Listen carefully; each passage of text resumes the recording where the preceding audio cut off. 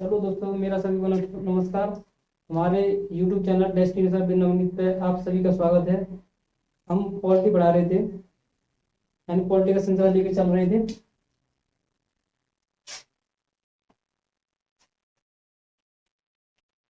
हमने बैठकें पढ़ी हैं कि फर्स्ट बैठक हुई थी 9 दिसंबर 1946 में। सेकंड बैठक हुई थी 11 दिसंबर, और तीसरी बैठक हुई थी 13 दिसंबर 1940।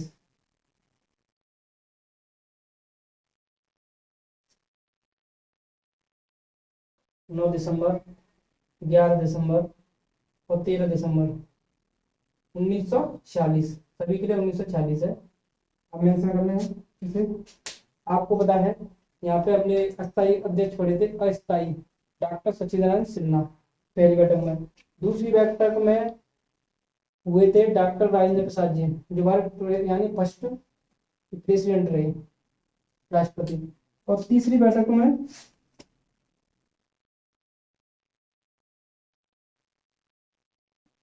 भारत के संविधान की प्रस्तावना या उद्देश्य का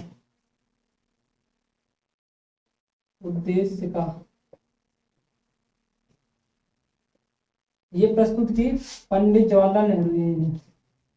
पंडित जवाहरलाल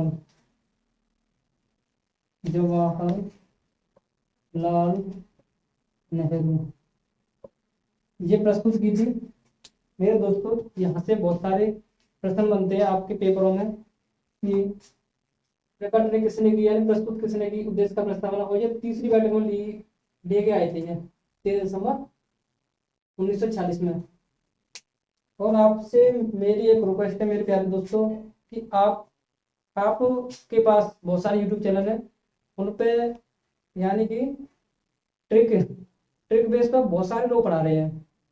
इससे ये होता है कि मैंने लोगों से सुना है, वो कहते हैं हमें पॉलिटी याद नहीं होती है, पॉलिटी याद नहीं होती, क्योंकि वो उन उन जंजालों में फंसे जाते हैं ट्रिक के बेस में, इसलिए वो भूल जाते हैं कुछ टाइम बाद। तो वो बोलते हैं हम भूल जाते हैं जल्दी, और प्रैक्टिस जरूरी है। आप कितनी ट्रिक याद करेंगे? आप कॉम्पिटेटिव लेवल पे है तो आप ट्रिकों से बचें। मेरी आपसे यही रिक्वेस्ट है कि आप वहां तक गहराई में पहुंचे कि आप भूल नहीं पाए उन चीजों को, क्योंकि हम प्रतियोगी परीक्षाओं में पहुंचते हैं तो वहां पर हम ट्रिक जो होती है हम बहुत जल्दी भूल जाते हैं, क्योंकि हम इतनी ट्रिक हमारा दिमाग याद नहीं कर सकता है। इसलिए हमें उसकी डिटेल में जाना चाहिए, जिससे हम अपने जो भी एग्जाम है उसे क्रैक कर गए हैं। और मेरी आपसे भाई यही वो रिक्वेस्ट। मेरे दोस्तों, आप अपनी स्क्रीन पर देख पा रहे हैं भारत का संविधान, यानी कि उद्देश्य का। इसे प्रस्तावना भी बोलते हैं और उद्देश्य का भी बोल सकते हैं, जो 13 दिसंबर पंडित जवाहरलाल नेहरू जी ने पेश की थी बैठक में, 13 दिसंबर वाली बैठक में। इसमें लिखा है हम भारत के लोग भारत को एक संपूर्ण प्रभुत्व संपन्न समाजवादी पंथ निरपेक्ष लोकतंत्रात्मक गणराज्य बनाने के लिए तथा उसके समस्त नागरिकों को सामाजिक, आर्थिक और राजनीतिक न्याय, विचार, अभिव्यक्ति, विश्वास, धर्म और उपासना की स्वतंत्रता, प्रतिष्ठा और अवसर की समता प्राप्त प्राप्त कराने के लिए तथा उन सब में व्यक्ति की गरिमा और राष्ट्र की एकता और अखंडता सुनिश्चित करने वाली बंधुता बढ़ाने के लिए दृढ़ संकल्प होकर अपनी इस संविधान सभा में आज तारीख 26 नवंबर 1949 ईस्वी को इतत द्वारा इस संविधान को अंगीकृत, अधिनियमित और आत्मनिर्भर करते हैं। देखो मेरे प्यारे दोस्तों, यहाँ कोई भी व्यक्ति पढ़ता नहीं है इस चीज को, और वो सीधे से आपके भाग फर्स्ट पे, सेकंड पे, थर्ड पे पहुंच जाते हैं और अनुसूची लगा देते हैं, और फिर उसके बाद से कि कौन सी चीज कहाँ से ली गई है ये बताते हैं।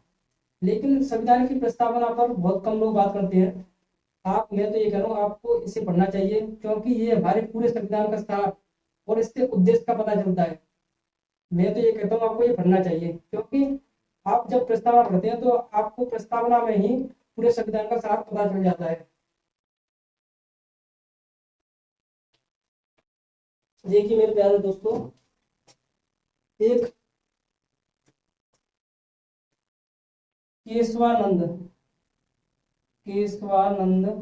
भारतीवाद, ये एक व्यक्ति थे केशवानंद भारतीवाद। इसके द्वारा यानी कि हम प्रस्तावना में संशोधन कर सकते हैं। जो भारत के संविधान की प्रस्तावना है, इसमें हम संशोधन, यानी इससे पहले संशोधन का कोई तरीका नहीं था कि हम इसमें संशोधन नहीं कर सकते, क्योंकि हमें इसमें कोई परमिशन नहीं दी।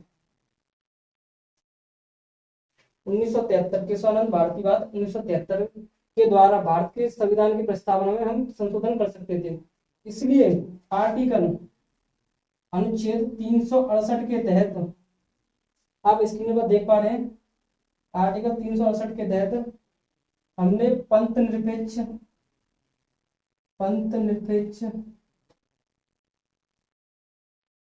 या धर्मनिरपेक्ष, सेकुलर धर्म निरपेक्ष,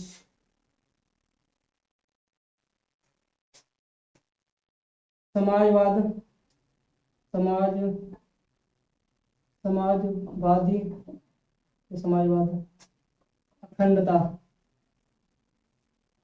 अखंडता, ये आपको 3 शब्द दिख रहे हैं, आपकी स्क्रीन पर दिख पा रहे हैं। ये 3 शब्द जोड़े गए थे 42वें संविधान संशोधन, अखंडता, समाजवादी या समाजवाद। 42वां संविधान संशोधन, संविधान संशोधन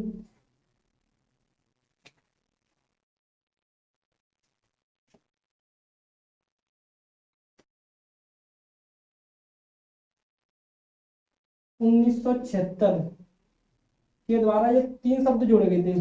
3 शब्द, जैसे मेरे दोस्तों आप देख पा रहे हैं, केशवानंद भारतीवाद के द्वारा संशोधन यानी प्रस्तावना में संशोधन हुआ था। और आप ये 3 शब्द देख सकते हैं, आर्टिकल 368 पंथ निरपेक्ष, धर्मनिरपेक्ष, समाजवादी, अखंडता, 3 शब्द जो जोड़े गए थे 42वां संविधान संशोधन। जो 42वां संविधान संशोधन है, यहाँ से एक और क्वेश्चन बनता है मेरे दोस्तों 1976, यानी कि यहाँ तक। इसे लघु संविधान भी कहा जाता है। आप ये क्वेश्चन देख सकते हैं, लघु संविधान, यानी 42वें संविधान संशोधन को लघु संविधान भी कहा जाता है।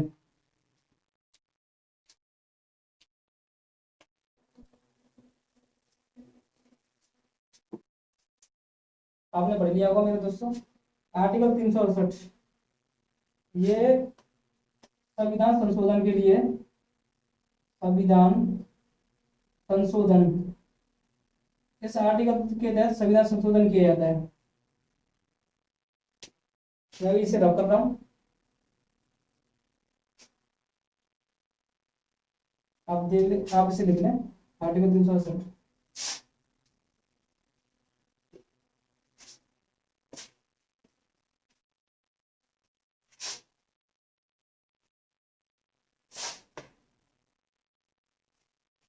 जो आर्टिकल 368 है, वो भारत के संविधान की प्रस्तावना, इसे बहुत से लोगों ने इसे कुंजी कहा, यानी कि की कहा है, या फिर आत्मा।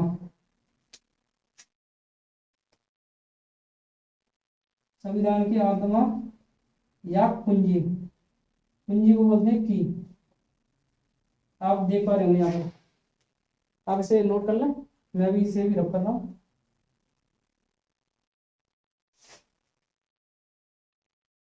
आप वीडियो पॉज कर लिया करें और इसे लिखा करें अपनी नोटबुक पर।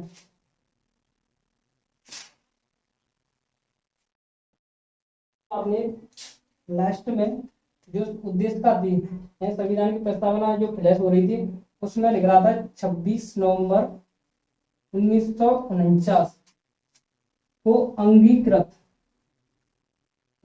इस तरीके से लिखा हुआ था। यानी ये संविधान बनकर, इसका अर्थ है संविधान बनकर तैयार हो गया था। संविधान बनकर तैयार। लेकिन ये लागू हुआ था 26 जनवरी 1950। यानी कि इसमें जो डिफरेंस हुआ था मेरे दोस्तों, यहाँ पे ये 2 महीने यानी 2 मंथ,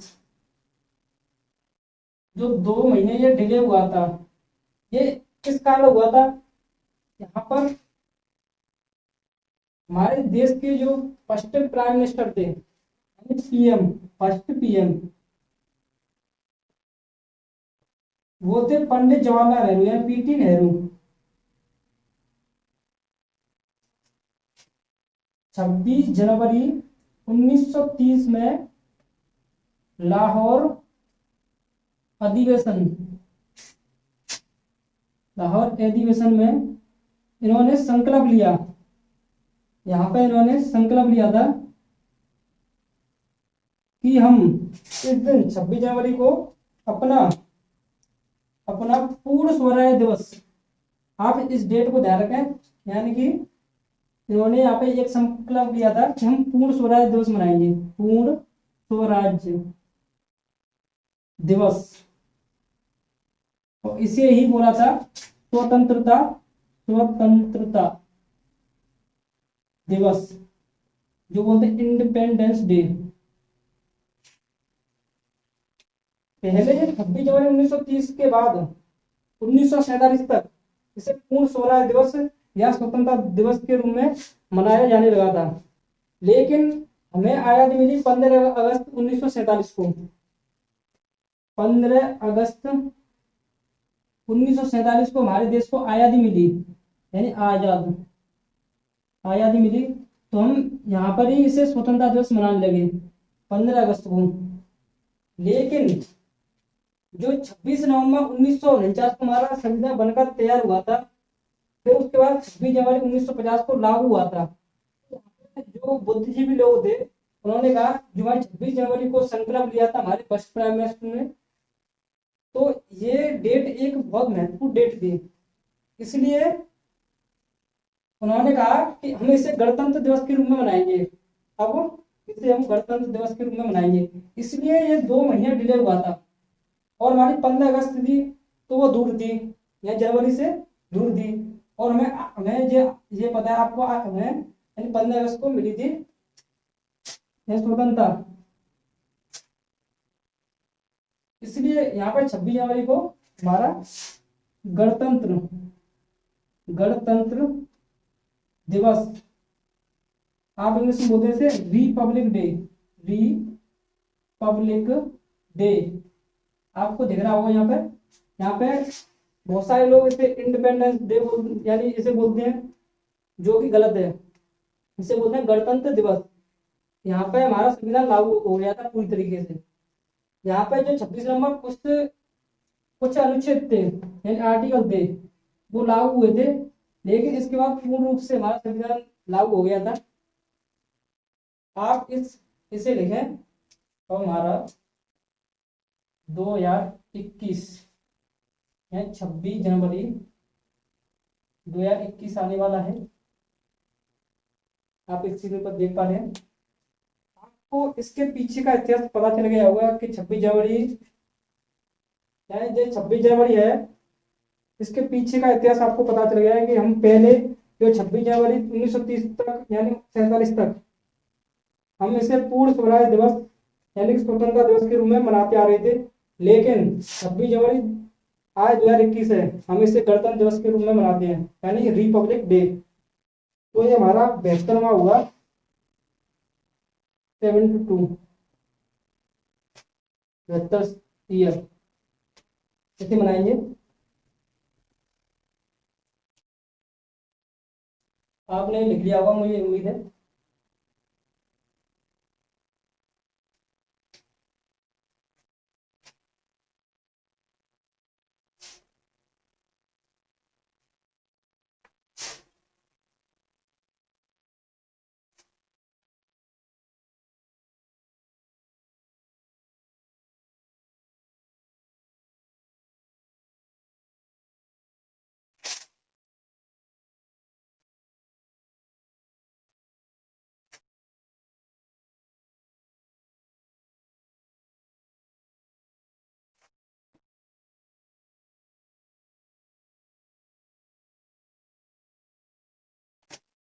मूल रूप से, मूल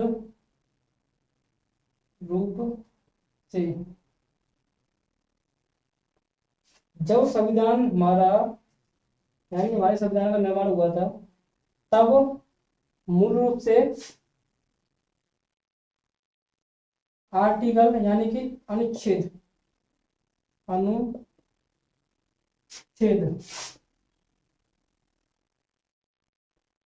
395 व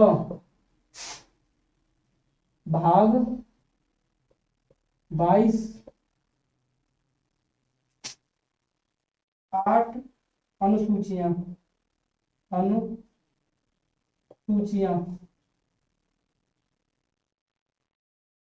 अनुसूचियां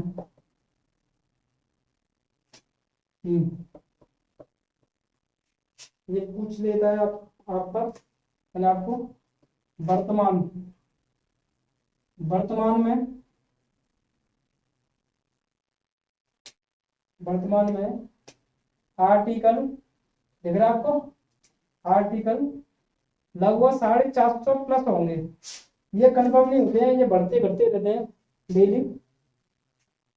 वह भाग 25 25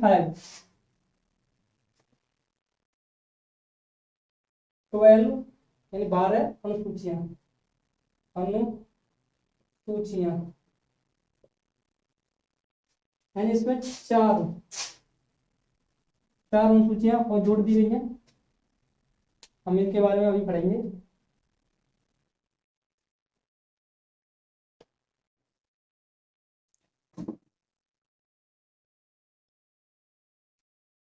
आप देख पा रहे होंगे अपनी स्क्रीन पर,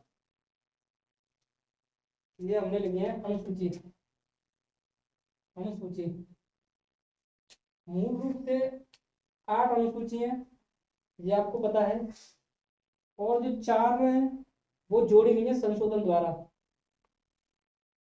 केंद्र यानी जो फर्स्ट अनुसूची है, इसमें केंद्र व राज्य क्षेत्र, इसे बोलते हैं संघ क्षेत्र बोल सकते हैं। इसमें इसमें 28 राज्य व 8 केंद्र शासित प्रदेश, केंद्र शासित प्रदेशों का वर्णन है वर्तमान में।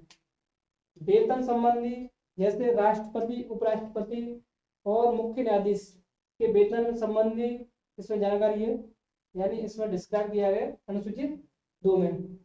अनुसूचित 3 में शपथ, यानी उच्च अधिकारी जो राष्ट्रपति वगैरह, मुख्य न्यायाधीश है, उपराष्ट्रपति है, इनकी शपथ के बारे में उल्लेख है। और अनुसूचित 4 में राज्यसभा की सीट आवंटन, ये बहुत इंपॉर्टेंट है, यहाँ से क्वेश्चन बार बार पेपर में पूछा जाता है कि राज्यसभा की सीट का आवंटन किस अनुसूची में, अनुसूची 4। आप देख पा रहे हैं अनुसूची नंबर 5, एससी व एसटी के विकास हेतु, यानी प्रशासन व प्रबंधन किया गया है इसमें। एसटी का मतलब अनुसूचित जाति और अनुसूचित जनजाति, अनुसूचित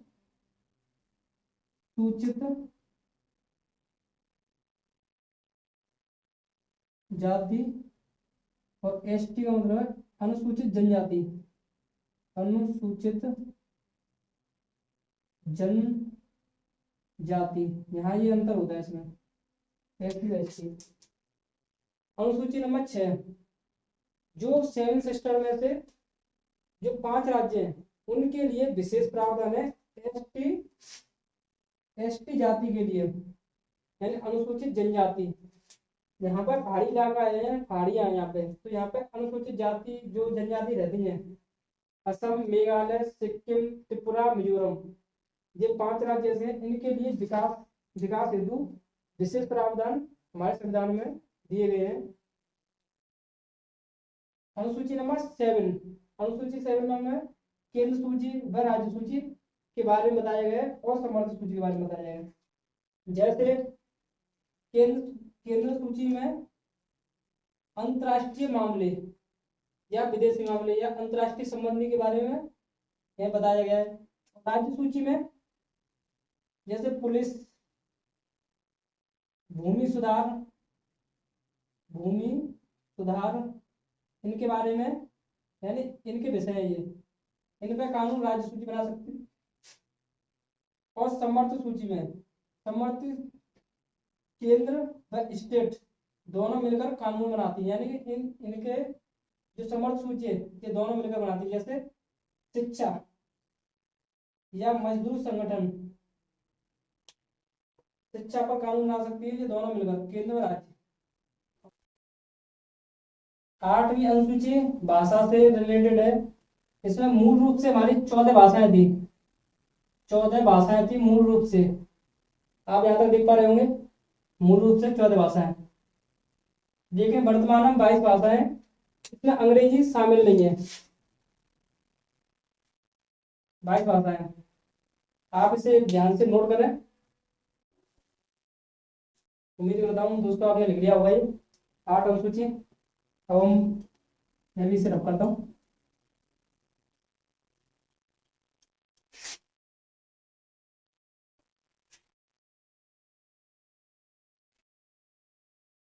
मूल रूप से 8 अनुसूची।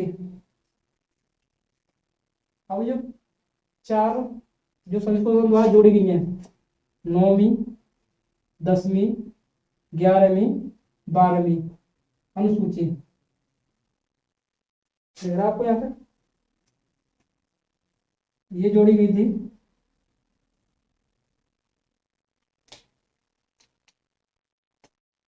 प्रथम या बोल सकते हैं फर्स्ट, ये 10वीं अनुसूची जोड़ी गई थी 52, और ये 73, 73, 74 संशोधन, ये संशोधन हुए थे। प्रथम संशोधन और 52 संशोधन, 73वां और 74वां, 73 और 74 वाला। इनकी डेट है 1951, ये डेट पूछ लेता है। और 1985, 1992, 1993। आप देख पा रहे होंगे 9वीं अनुसूची संबंधित हमारी भूमि सुधार या भूमि अधिग्रहण, यही बोल सकते हैं। दूसरी है दल बदल, दल बदल कानून से संबंधित है हमारी दूसरी अनुसूची। दयाल जो 10 वाली और 11 वाली 11वीं अनुसूची है संबंधित पंचायतों से, नगर पंचायत है। इसमें 29 विषय होते हैं। आप यहाँ तक दिख रहा है आपको, यहाँ तक जो 12 अनुसूची है 74 में संशोधन द्वारा जोड़ी गई थी 1993 में, नगर पंचायतों से संबंधित है। सॉरी, नगर पालिकाएं, नगर पालिका, नगर पालिका से संबंधित है। आप यहाँ तक लिखें, ये पूछ लिया है, ये इम्पोर्टेंट है। ये जो भी संशोधन हुए ये सारे के सारे ये इम्पोर्टेंट है, आप इन्हें नोट करें अच्छे से। आपने लिख लिया होगा दोस्तों, ये आप इसे पॉज करके लिख लिया करें। और हमारी वीडियो कैसी लगी आप कमेंट करें, लाइक करें एंड शेयर करें। और डेस्टिनेशन बिजनेस चैनल को आप सब्सक्राइब करें और दोस्तों के साथ शेयर करें।